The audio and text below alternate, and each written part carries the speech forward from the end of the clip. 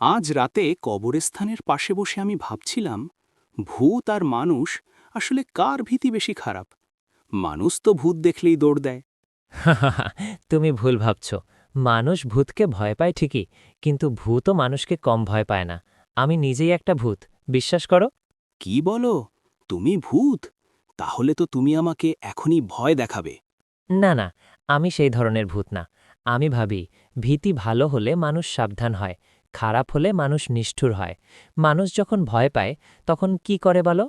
মানুষ ভয়ে অন্যায় করে বসে, সন্দেহ করে, মারধর করে, এমনকি নিরীহ মানুষকেও ক্ষতি করে। ঠিক তাই, মানুষের ভীতি অনেক সময় অন্যের ক্ষতির কারণ হয়। কিন্তু ভূতের ভীতি কেমন জানো? বলো তো, আমি তো কখনো ভূতের ভয় অনুভব করিনি। ভূত মানুষকে ভয় পায় কারণ মানুষ কবর খোঁড়ে, গাছ কাটে, নদী নষ্ট করে। ভূতের ভয় মানে প্রকৃতির ভয়।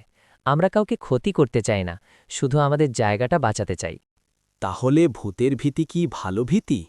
হ্যাঁ, ভূতের ভীতি মানুষকে সতর্ক করে, ধ্বংস নয়, সুরক্ষা শেখায়। আমরা ভয় দেখাই যেন মানুষ ভুল পথে না যায়। কিন্তু মানুষ তো ভয়ে গল্প বানায়, গুজব ছড়ায়, আর সেই ভয়ে অনেক নিরীহ মানুষ কষ্ট পায়। এই জন্যই আমি বলি, মানুষের ভীতি বেশি বিপজ্জনক, কারণ সেই ভীতির সঙ্গে লোভ, রাগ আর ক্ষমতা জড়িয়ে থাকে। তাহলে কে ভালো, ভূতের ভীতি না মানুষের ভীতি? ভূতের ভীতি ভালো, কারণ সেটা সীমা শেখায়, আর মানুষের ভীতি খারাপ, কারণ সেটা সীমা ভাঙে। আজ বুঝলাম, ভয় খারাপ না, ভয়ের ব্যবহারটাই আসল।